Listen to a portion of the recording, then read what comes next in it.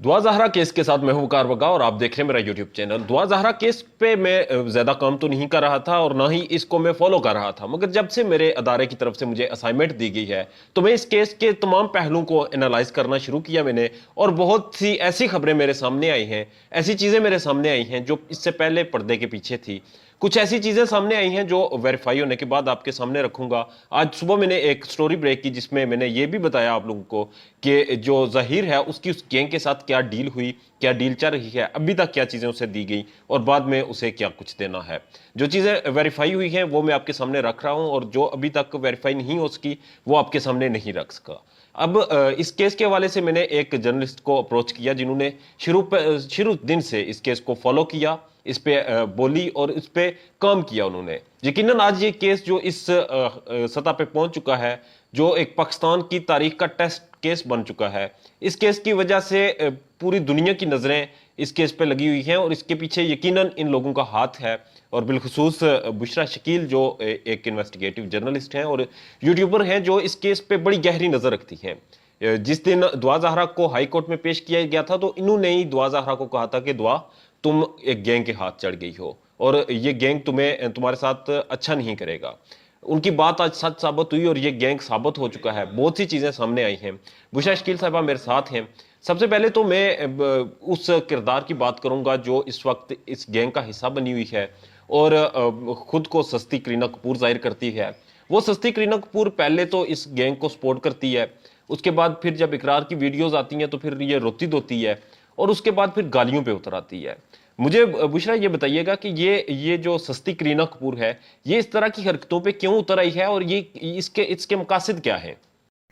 जी वकार, इस तरह है कि ये शुरू दिन से ही इसको सपोर्ट कर रही थी। शुरू दिन से इस गैंग को ये सपोर्ट करी थी। इनके लिए जो भी कहती थी कि जी मैं जो है वो बिल्कुल आपको सच बता रही हूँ, जबकि उस पर सब झूठ होता था। वो पूरी आवाम को पता चल चुका है कि इसने कितने झूठ बोले हैं। बाकी रही इकरारुल हसन की बात, तो इकरारुल हसन साहब जब आए हैं तो देखिए हर बंदे का अपना नैरेटिव होता है। इकरार भाई ने अगर अपने व्लॉग्स में जो कुछ बोला है तो उसका रिएक्शन देना नहीं बनता था। जो कि इसने रिएक्शन दिया, गालियां दी, ये समझ रहे थे कि हम गालियां देंगे, इस तरह से मतलब केस को इस तरफ लेके जाएंगे तो शायद जो है वो आवाम जो है वो उनकी पॉइंट ऑफ व्यू वो चेंज हो जाए। लेकिन हमारी आवाम जो है वो बड़ी समझदार है, वो समझती है सारी चीज़ों को।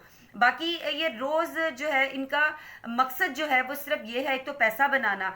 पैसा बनाना, ये मंडली जो बैठती है शाम को रोज़ 5-6 लोगों की मंडली बैठ जाती है और उसके अंदर सिर्फ उन्होंने तजलील करनी, उससे केस से रिलेटेड कोई ऐसी बात नहीं करनी है कि जिसके अंदर आवाम के लिए कुछ ऐसी चीज़ हो जिसमें कोई उनको पता चले कि केस में क्या हो रहा है। ये सिर्फ इसलिए तजलील करते हैं क्योंकि इनको पता है कि हमें अवाम ने देखना बंद कर दिया है, तो चलो हम इस तरह के घटिया काम करेंगे तो शायद हमें अवाम देख ले और हमें डॉलर्स मिल जाए। अभी आज देखे सिटी कोर्ट के अंदर जो चीज़ हुई है, इनके भेजे हुए यूट्यूबर्स, इसी ने टिकटों के पैसे दिए, उनको वहां पे भेजा, वो वहां से जलील होके निकले, उनको धक्के मिले, उनको वहां पे जो है मारा गया।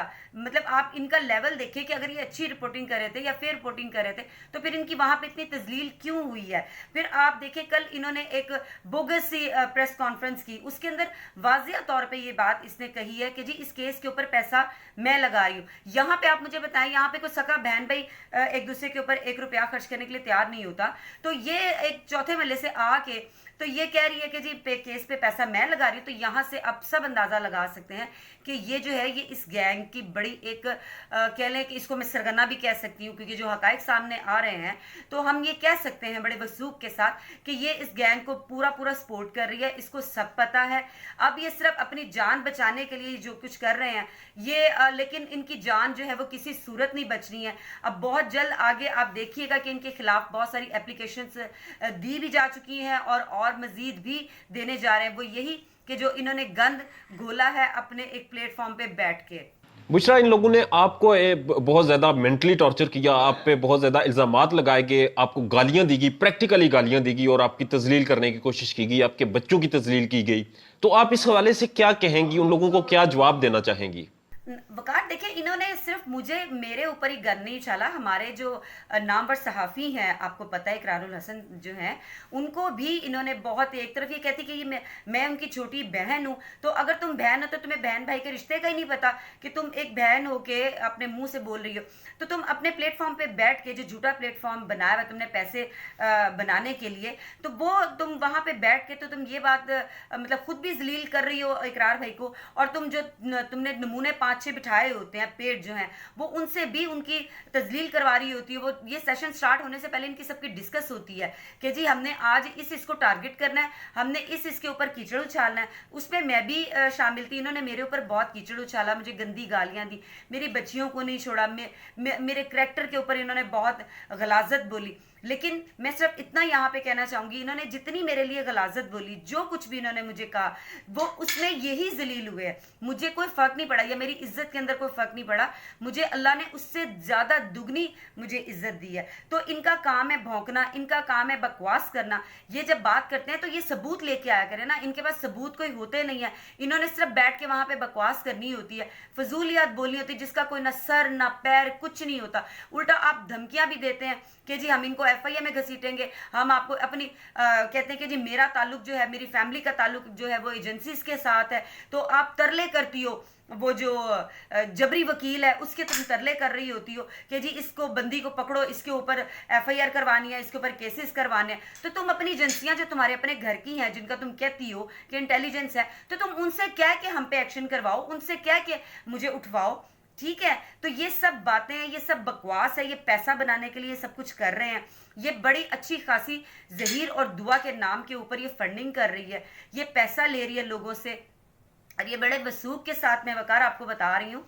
ठीक है, जिसके मेरे पास कुछ सबूत भी हैं जो मैं वक्तन फवक्तन मैं अवाम के सामने लेके आऊंगी। मैंने पहले इनको बहुत अवॉइड किया कि ना मैं इनके मुंह लगूं, क्योंकि ये गंद है। गंद में आपको पता है, कीचड़ में पत्थर मारे तो उसके छींटे अपने ऊपर आते हैं, तो मैं ये काम करना नहीं चाहती थी। लेकिन जब ये इन्होंने अपनी लिमिटेशंस जो हैं वो क्रॉस की हैं, तो फिर मैंने इस चीज़ के, क्योंकि मैं पहले अपनी सिर्फ केस की हद तक रह के मैं काम कर रही थी, मैं एविडेंस दिखा रही थी, मैं ये बता रही थी कि ये गैंग का हिस्सा है। और जैसा कि अगर आपको याद होगा कि हाई कोर्ट के अंदर सबसे पहले जो आवाज उठाने वाली बंदी थी वो मैं थी, जिसने दुआ ज़ारा को ये बात कही थी कि दुआ ज़ारा आप बहुत बड़े गैंग में फंस गई हो। तो ये आज अल्हम्दुलिल्लाह वो मेरी बात साबित हुई है।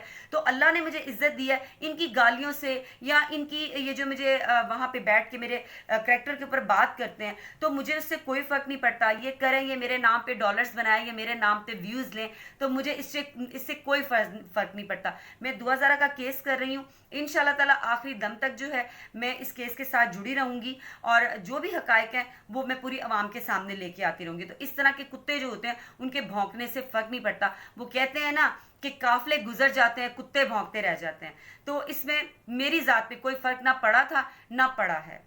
बुशरा, आपके कीमती वक्त का बहुत शुक्रिया। आपने जिस तरह से इस केस में आप चल रही हैं और इस केस पर मेहनत कर रही हैं, वो यकीनन लायक तहसीन है। और ये पूरा मुल्क आपकी इस कोशिश को कभी नहीं भूलेगा। आप एक ऐसा केस आपने खड़ा कर दिया है, इस केस में इतनी आपने जान डाल दी है कि पूरी दुनिया इस केस पे नजरें टिकाए बैठी है। अपना ढेर ज़्यादा ख्याल रखिएगा। बहुत शुक्रिया।